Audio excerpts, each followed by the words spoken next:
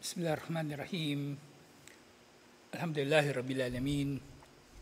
Wassalatu wassalamu ala asyrafil anbiya'i wal mursalin. Nabiyina Muhammadin wa ala alihi wa sahbihi ajma'in. Assalamualaikum warahmatullahi wabarakatuh. So insyaAllah, Al-Qiyamatus Sugra. So tinatalakay na natin yung mga tanda ng araw ng paghuhukom na hindi pa nangyayari. Sumunod na nabanggit, muhasaratul muslimina ilal madinati. Ito na yung kumbaga muhasara, mapapaligiran ng mga sumasalakay ang mga Muslim doon sa Madina. So maaaring mangyari dito na yung mga Muslim, doon na sila tatakas patungong Madina at doon na sila paliligiran ng kanilang mga kalaban. Okay, maaaring mangyari din na yung mga Muslim sa Madina, ipapaligiran ng kanilang mga kalaban. Nga, min asyarati saati an yuhzamul muslimun wa yanharisu dillahum wa yahitu bihim ma'da'uhum wa yuhasaruna fil madinatil munawwarah. Kabilang sa mga tanda ng araw ng paghuhukom ay ang kumbaga matatalo yung mga Muslim. Kumbaga ito yung pagkatalo, maaaring pagkatalo ng pangkalahatan o ilan lang sa grupo ng mga Muslim. So may grupo ng mga Muslim na matatalo. At sila ay papaligid o yung kalaban ay papaligid sa kanila.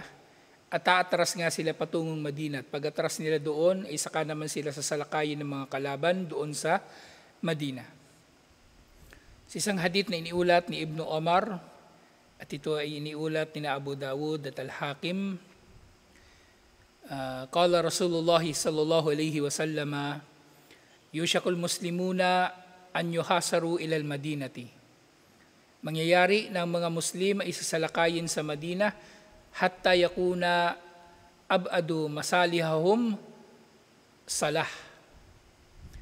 Na sasalakayin sila sa Madina na ang kumbaga sa sobrang tindi ng pagsalakay na ito, ang pinakamalayo nilang kumbaga pader o pinakamalayo nila na proteksyon laban sa kaaway ay ang tinatawag na lang na salah.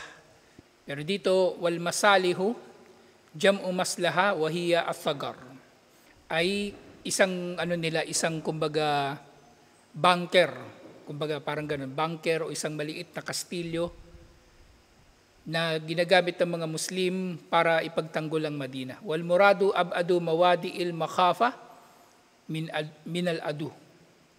At tinutukoy dito na kumbaga pinakamalayo nilang teritoryo na kumbaga dito nila pinagtatanggol ang Madina laban sa mga kalaban na sumasalakay sa kanila. So magiging matindi ang pagsalakay na ito. At iba pa ito sa magiging pagsalakay ni Dajjal sa mga Muslim.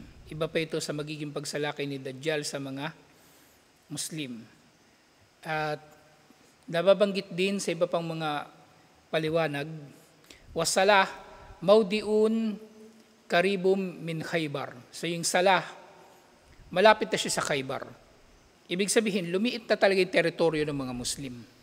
Kumbaga na paatras sila ng paatras hanggang sa, yun na lang yung pinakamalayo na nilang kuta na matatagpuan dun sa Salah, malapit sa Khaybar. Ibig sabihin, magiging matindi ang pagsalakay na ito sa kanila. Wallahu ta'ala a'lam. Sumunod na, wala masyadong binanggit dito na detalye na Yung sumunod, yung pampito na tanda na hindi pa nangyayari. Ihrazul Jahjah al-Malik. So meron daw tao na ang pangalan niya ay Jahjah at siya ay magiging hari. Kumbaga pamumunuan niya o kaya pangingibabawan niya mga tao.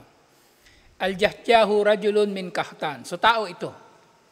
Si Jahjah ay isang tao na mula sa Kahtan, tribo ng Kahtan. So nalaman natin ng Kahtan, ito'y tribo ng mga Arabo na nanggagaling sa south, papuntang Yemen. Kapag sinabing Adnan, nanggagaling sa north. Yasiru ilayhi al-mulk. O mulk pala ito, hindi malik. Ihrazul Jahjah al-mulk. So siya ay may tatalaga bilang hari. At kumbaga, maaring itong pagiging hari ni Jahjah ay hindi sa kagustuhan ng mga Muslim. Basta naging lang siya, naging hari. Kumbaga hindi siya tinalaga ng mga Muslim. Kumbaga, wa huwa shadidul quwa wal batash. At siya ay tao na matindi ang kapangyarihan at matindi ang kasamaan. Kumbaga yung kanyang pagiging mapang-api sa mga tao. Iniulat Imam Muslim mula kay Abu Hurairah, anin Nabi sallallahu alaihi wasallam, la taqumu sa'atu hatta yakhruja rajulun min kahtan yasukun nasa bi asahu. Hindi darating ang araw ng paghuhukom hanggang sa lumitaw ang isang lalaki mula sa kahtan na kumbaga itinutulak niya yung mga tao o kaya yasukun nas, maring pinamumunuan niya mga tao sa pamagitan ng kanyang latigo o sa pamagitan ng kanyang pamalo. So talagang inaapi niya yung mga tao, waliyadu billah. So ito nga iniulat ni na Imam al-Bukhari at Imam Muslim. Pero yung ulat na ito, itong ganitong wording ay mula kay Imam Muslim. Gidi isa pang iniulat ni Imam Muslim, la tadhabul ayyamul wal layali hatta yamlika rajulun yuqalu lahu al-Jahjah. So may kinalaman nga ito. Itong pangalawang hadith na ito doon sa nauna, dito binanggit ng kanyang pangalan. Binanggit ng kanyang pangalan. Ang pagpapalitan daw ng araw at gabi, ibig sabihin, pagkagunaw ng mundo ay hindi darating. Ibig sabihin, magpapatuloy ang pagpapalitan ng araw at gabi hanggat hindi dumarating ang isang tao na maghahari at ang pangalan niya ay Jahjah. So malapit na talaga sa araw ng paghukom itong pagdating ni Jahjah. Wa yahtamilu an yakuna hadha alladhi fi riwayatil akhira ghayr al-awwal. Singa doon sa pangalawang hadith tinukoy Jahjah, di ba? Tapos doon sa unang hadith hindi naman binanggit kung anong pangalan niya. Basta tao na aapihin niya mga tao, pamumunuan niya mga tao sa pamagitan ng pamalo. Sa sinasabi rin dito ni Sheikh Rahimahullah, maaring mangyari rin naman na magkaibang tao ito. Iba pa yung tao na tinukoy ni Propeta Muhammad sallallahu alaihi wasallam na mamumuno sa mga tao sa pamagitan ng pamalo o pang-aapi, at si Jahjah na magiging iba pang tao. Faqad sahha fi Sunan at-Tirmidhi an Abi Hurairah, iniulat ni Imam at-Tirmidhi mula kay Abu Hurairah, anna hadal Jahjah min al-mawali. Siniulat ni Imam at-Tirmidhi na ang Jahjah na ito na tinutukoy ay kabilang sa mga mawali, kabilang sa mga alipin na pinalaya. Fa fi Sunan at-Tirmidhi an Abi Hurairah, so mula kay Imam at-Tirmidhi nga, mula kay Abu Hurairah, na sinabi ni Propeta Muhammad sallallahu alaihi wasallam, la yadhabul laylu wan naharu hatta yamliku rajulun minal mawali yuqalu lahu Jahjah. So sa kanyang ulat naman, hindi raw titigil ang pagpapalitan o pagdating ng araw at gabi hanggang sa maghari ang isang tao na kabilang sa mga dating alipin na ang pangalan niya ay Jahjah. Wal muradu bi kaunihi yasukun nasa bi asahu annahu yaglibun nasa fayankaduna lahu wa yutiunahu. Fayankaduna lahu wa yutiunahu. Ang tinutukoy doon sa pamumuno ng tao na ito, either si Jahjah man ang tinutukoy pareho doon sa naunang hadith at doon sa pangalawa, na nababanggit yung kanyang pangalan. Yung kanyang pamalo daw na ginagamit niya upang pamunuan ng mga tao, ay ginagagamit niya dahil dito ang mga tao ay tatalima at susunod sa kanya. Ibig sabihin, hindi talaga sila susuway sa kanya. Wa ta'biru bisuki bil asa liddalalati ala galdatihi wa shiddatihi. At ang tinutukoy sa kanyang pamumuno sa pamagitan ng pamalo ay dalil sa kanyang pagiging malupit at kanyang pagiging mahigpit. Wa aslul Jahjah as-siyah. At ang pangalan naman na Jahjah, ang original na kahulugan nito, kaya yung pinanggalingan nito na salita ay kasing kahulugan ng Jahjah. Jahjah na ibig sabihin siyah. Siyah ibig sabihin sigaw. Katulad doon sa ayat, doon sa Suratul Munafiqun, yahsabuna kulla sayhatin alihim, humul aduwu qatalahumullah. Yung mga munafik, inakala nila na ang lahat na lamang ng sigaw ng mga tao ay laban sa kanila. Sila ang tunay na mga kalaban, labanan nawa sila ni Allah, o patayin nawa sila ni Allah. Sing siya, ang original na kahulugan nito ay ang pagsigaw na wahiya sifatun tunasibul asa kama yakulu Ibn Hajar. At yung Jahjah nga na pangalan, kumbaga kasi iniugnay nila na yung Jahjah na nababanggit ang pangalan sa mga hadith, siya din yung tinutukoy na mamumuno sa mga tao gamit yung kanyang pamalo. Sasabi nga ni Ibn Hajar rahimahullah, ang pangalang Jahjah sa kahulugan ng siyah o pagsigaw o tao na sumisigaw ay nababagay lamang sa isang tao na gumagamit ng kanyang pamalo. Dahil yun nga, maaring yung tao na mamalo, may kasama yung sigaw. May kasama yung sigaw sa mga tao na sila ay sumunod at magpailalim sa kanya. Pero meron ngang usapin pa rito tungkol kay Jahjah. Wahal yasuko hadar rajulun nasa ilal khairi am syar. So naging tanong dito, itong tao ba na ito si Jahjah na namumuno sa mga tao sa pamagitan ng pamalo o kaya namumuno sa mga tao sa pamagitan ng kanyang kalupitan? Siya ba ay mamumuno sa mga tao patungo sa kabutihan o patungo sa kasamaan? Kasi wala namang nababanggit talaga sa mga hadith. Basta sinabi malupit siya. Malupit. Pero para saan ba ang kanyang kalupitan o para saan ba yung kanyang magiging mahigpit o istrikto?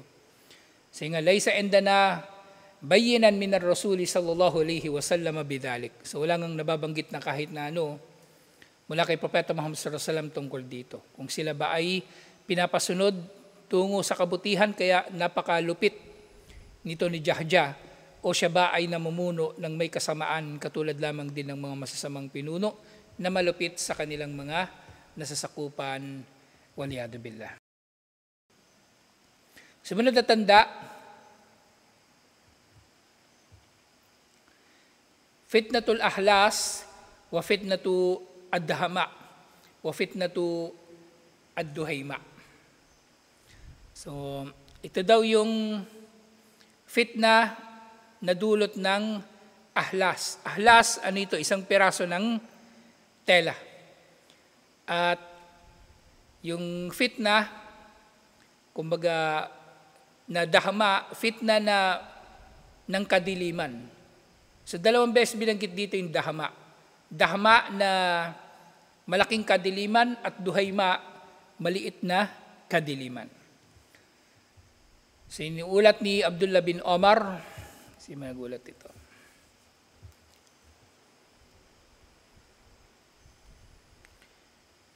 So, mula ito kina Abu Dawud at Al-Hakim at Imam Ahmad.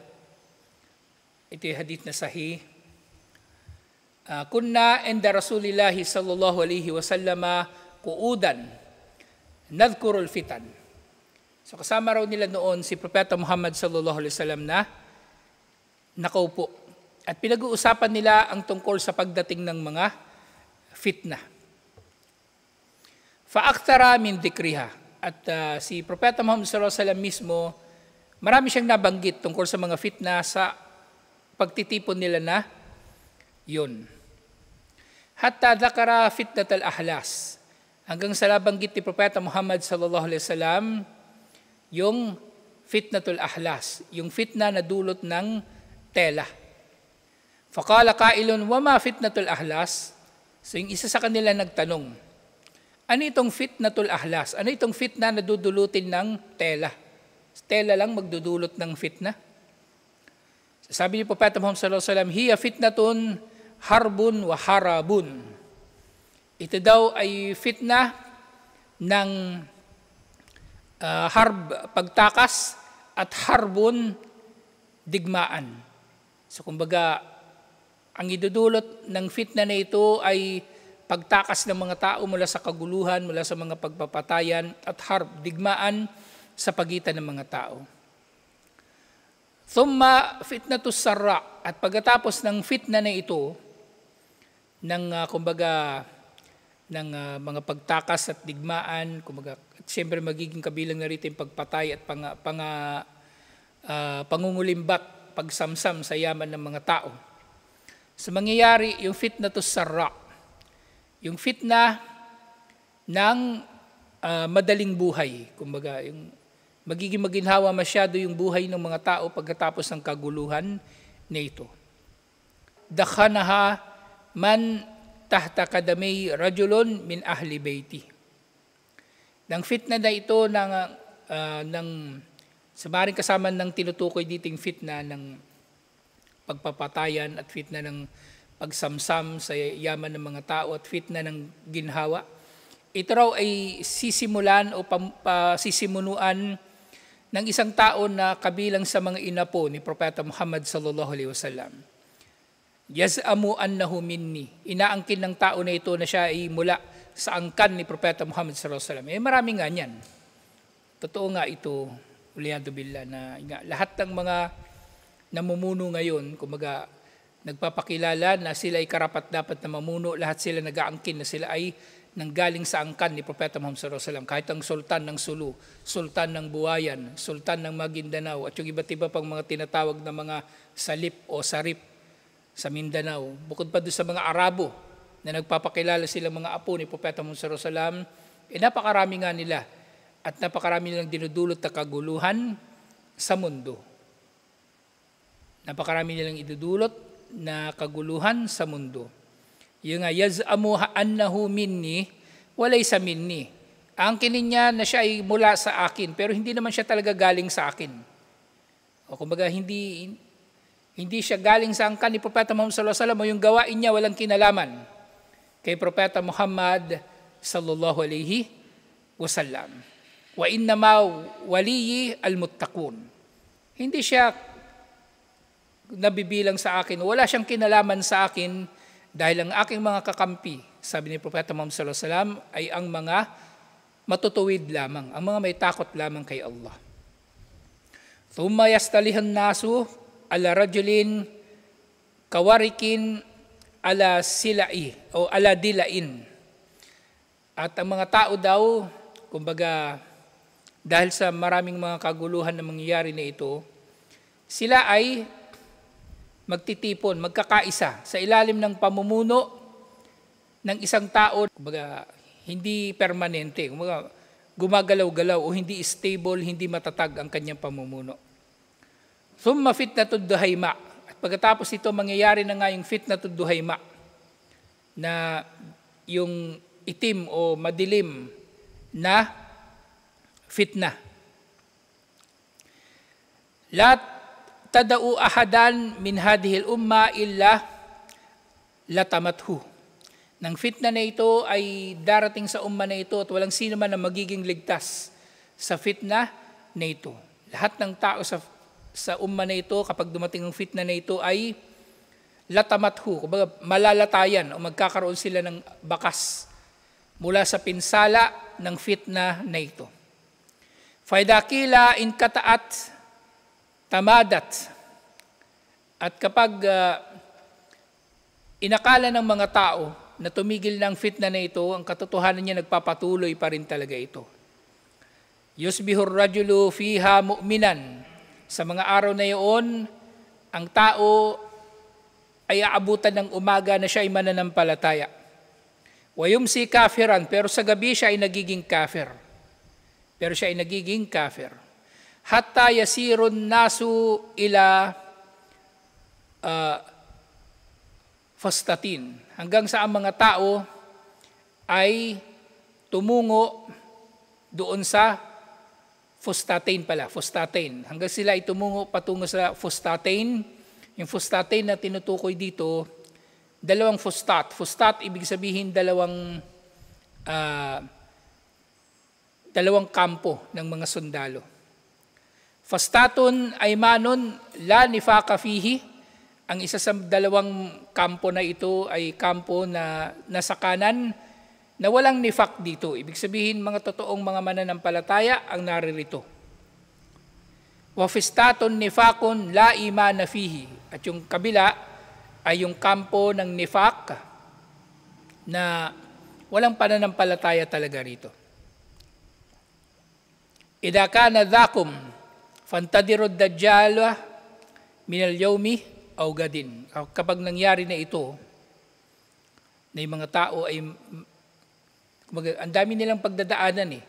Kapag pinagdaanan na nila ito, ang sunod ng mangyayari, hintayin na ninyo si Dajjal dahil darating na siya ng isang araw ngayon, darating na siya ngayong araw mismo o darating na siya kinabukasan, waliyadu billah. So ito yung mga kabilang sa mga paglalahad ng mga huling mangyayari bago dumating ang Dajjal. Wal ahlasu jam'u halas. At ang ahlas na ito, plural ito ng halas na isang uri ng tela. Wa huwa al-kisa'u alladhi yali dahr al-ba'ir tahta al-kutub. Na ito yung tela na ginagamit sa camel, sa likod ng camel. At dito, kumbaga, nauupo yung tao. Na, kumbaga, yung merong inuupuan yung tao, di ba, na upuan, tapos ipapatong yun sa camel. Yung halas, meron pang tela na inilalagay sa ilalim nun para hindi rin naman masasaktan yung camel. So yun yung halas na tinatawag. So nasa pagitan siya ng yali dahr al-ba'ir tahta al-kutub. So sa ilalim ng kutub, sa pagitan ng upuan at pagitan ng likod ng camel, yun yung nilalagyan ng halas. Wa syubihat bihi al-fitna li mulazamatiha linnasi hinna tanzilu bihim kama yulazimul halas dahrul ba'ir. So kabilang sa mga paliwanag pala rito, tinawag siyang halas kasi napakalapit ng mangyari ang fitna na ito. Kung gaano kalapit ang halas na nakadikit na sa likod ng camel, ganito na kalapit ang fitna na ito sa mga tao.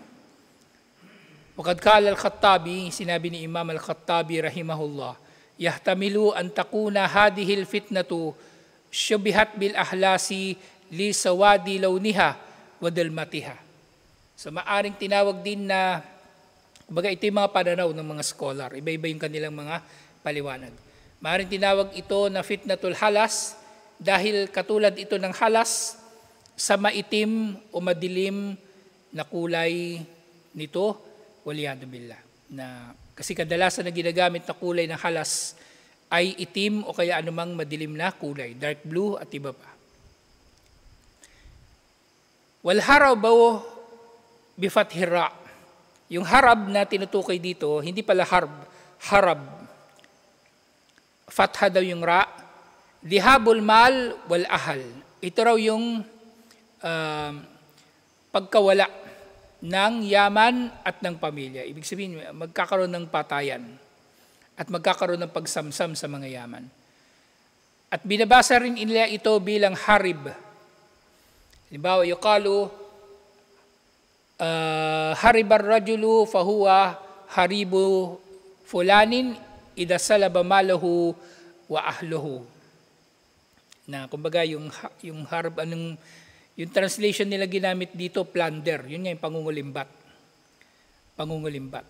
At doon sa halimbawang sentence na ginamit dito, na ang tao daw na, kumbaga naging biktima ng pangungulimbat, ay yung tao na kinuha mula sa kanyang yaman at ang kanyang pamilya. Ibig sabihin yung kanyang pamilya kinuha, either pinatay o inalipin, o binenta bilang alipin o binihag.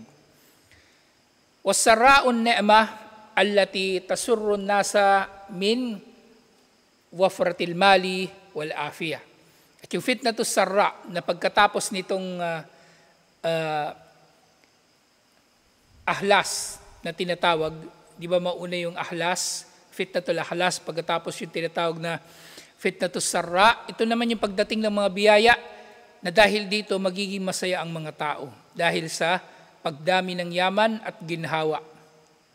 So ito ngayong afia, sa isa sa mga magagandang translation niya, depende kasi yung translation ng afia sa konteksto. So maaring sa iba't ibang mga pagkakataon ng translation na nababagay sa kanya ay ginhawa. So makakaranas ang mga tao ng ginhawa na wala silang sakit, hindi sila naghihirap, walang digmaan, malulusog ang kanilang mga katawan at iba pa.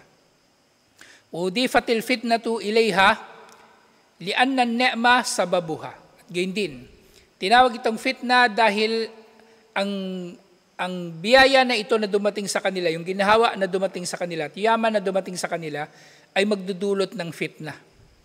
Magdudulot ng fitna. Id innal insana yartaqibul atham wal maasi bisababi ma yatawaffaru lahu minal khair.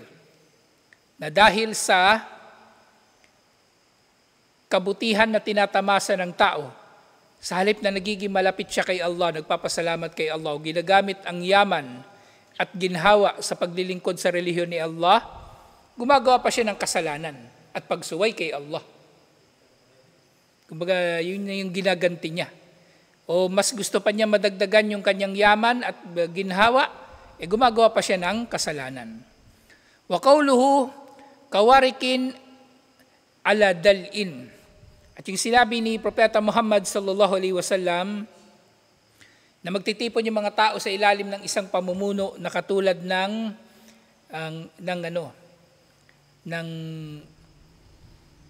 buto sa hita. Yun yung warik. At yung dal na tinatawag, kumbaga yung hindi ko pala nabanggitin kanina, yung dal, yung buto sa ribs. Kumbaga, hindi nga sila nababagay, hindi siya papasok doon dahil doon hindi magiging stable yung pamumuno ng tao na ito. Kawarikin ala dal'in. So, kumbaga, ginawa nilang pinuno yung hindi dapat na pinuno. Hada mithlul amrul ladhi la yastaqimu wa la yathbut. At ang sinabi na ito ni Propeta Muhammad sallallahu alaihi wasallam, ito ay kumbaga paghahalin tulad sa pamumuno ng siyang hindi matatag ang kanyang pamumuno at hindi matuwid ang kanyang pamumuno. Lian al-warik la yatarakab ala dal'i. Yun nga, yung buto sa hita. Nakita na kayo ng buto ng hita na yung meron siyang parang bola. Tapos nakasalpak 'yon sa balakang. 'Yun yung gumagalaw-galaw pag naglalakad tayo. Gumagalaw 'yun. At ganun yung paglalarawan ni Propeta Muhammad sallallahu alaihi wasallam. Kasi sa halip na doon siya nakasalpak sa sakit, yung joint na 'yon, doon nakasalpak dapat sa sakit sa balakang. Doon siya nakasalpak sa ribs. Wala namang yung ribs parang ganyan. Wala siyang paglulugaran doon. Pero nandun siya. Kumbaga, pinuno na hindi karapat-dapat pero ginawang pinuno. Kaya dahil doon, wala siyang kalalagyan na kahit na walang tibay, walang tatag ang kanyang pamumuno. Yung nga, wala yastakim. At hindi nga siya magiging mabuti o matuwid sa kanyang pamumuno. Wala yastakimu maahu. At hindi ito magiging matuwid.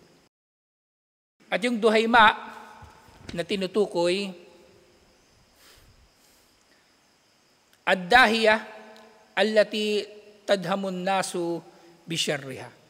Ito naman yung sunod-sunod nga ito na nangyari, di ba? Yung una, yung ahlas, yung tela, na ang pangunahin sa mga kahulugan pala nito, malapit na kasi ito mangyari. Pagkatapos, mangyayari yung fitna na yung mga tao ay magpapatayan at magsasamsam ng yaman ng isa't isa. At pagkatapos ito ay magkakaroon ng ginhawa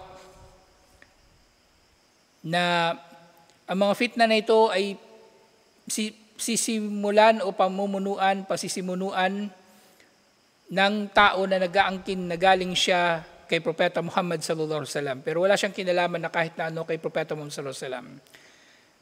At yung mga tao nga ay magtitipon sa ilalim ng isang tao na katulad ng buto sa hita na isinaksak sa ribs.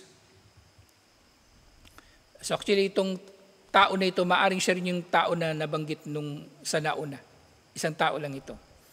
At darating na yung itim na fitna. At ang lahat ng tao sa umma na ito ay malalatayan ng fitna na ito.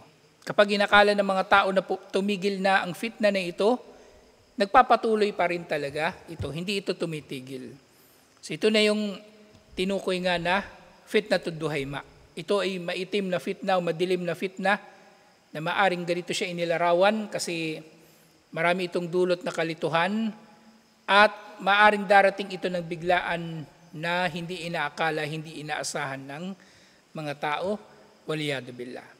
Na yun nga, yung dulo ng hadith, na yun yung panahon na ang tao ay mananampalataya sa umaga pero kafir sa gabi. At ang mga tao ay bubuo ng dalawang kampo. O magpupunta sila sa dalawang kampo, mamimili sila saan sila pupunta.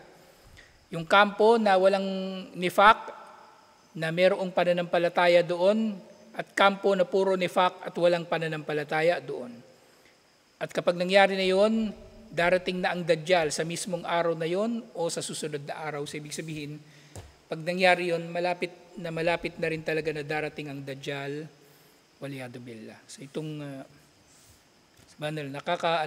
nakakailabot yung ano. Ngayon, habang binabasa natin ito, iniisip ko yung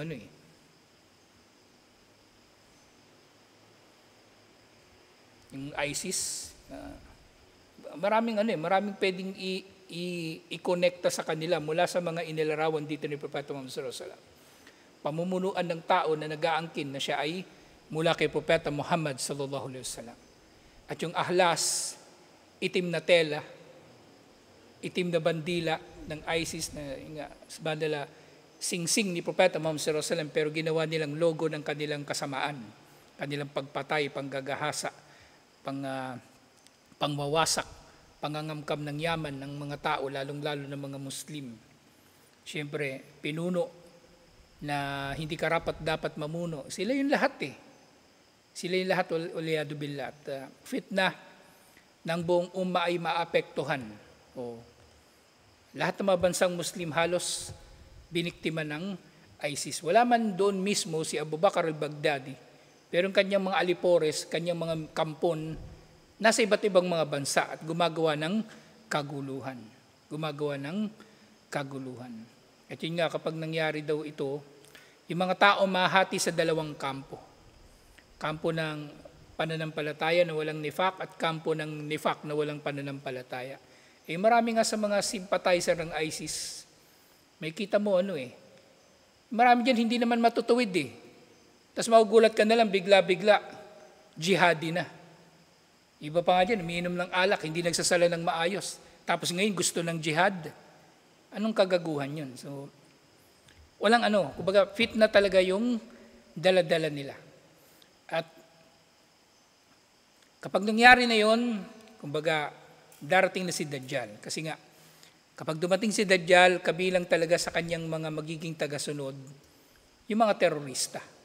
Kasi yung mga terorista, ang gusto nila yung paghahari, yung pagtatagumpay ng mga Muslim kahit sa masamang paraan. At si Dajjal, magagawa niya yun na kapag inangkin niya na siya ay Diyos o siya ay pinuno ng mga Muslim, magagawa niya na pagtagumpayin kuno ang mga Muslim. Pero bandang huli, siya pala talaga yung kalaban. Katulad din nga ng nangyayari ngayon na nagsisimula ng panlilinlang sa totoo lang.